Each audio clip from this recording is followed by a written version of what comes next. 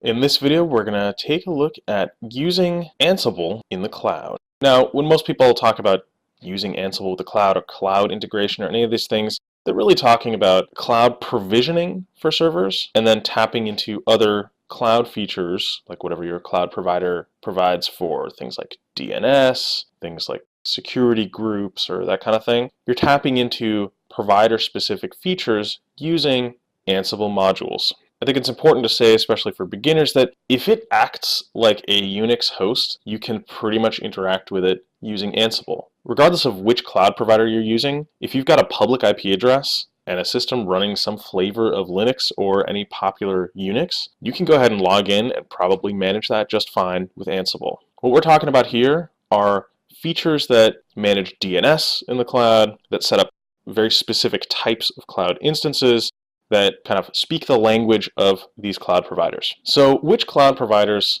does Ansible support? Well, everything that someone's written a module for. That's all the big ones, obviously. Amazon's AWS is extremely well supported in Ansible.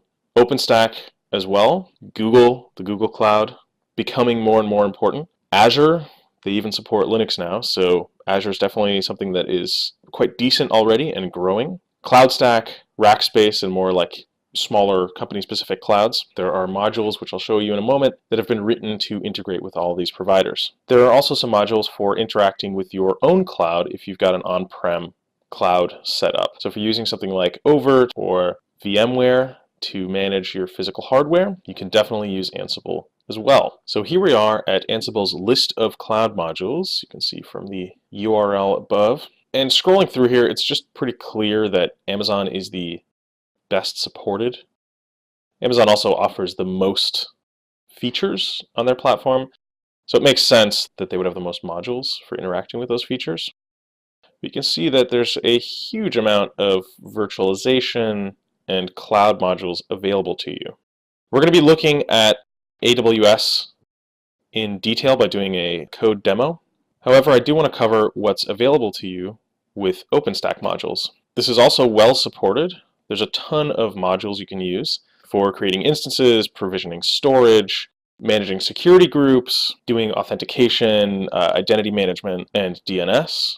So you've really got a full-featured set of modules here that you can use just like you're about to see the Amazon modules be used in the demo. So in the next video, we're going to be jumping into Amazon's cloud and seeing how we can provision our Mattermost project in the cloud.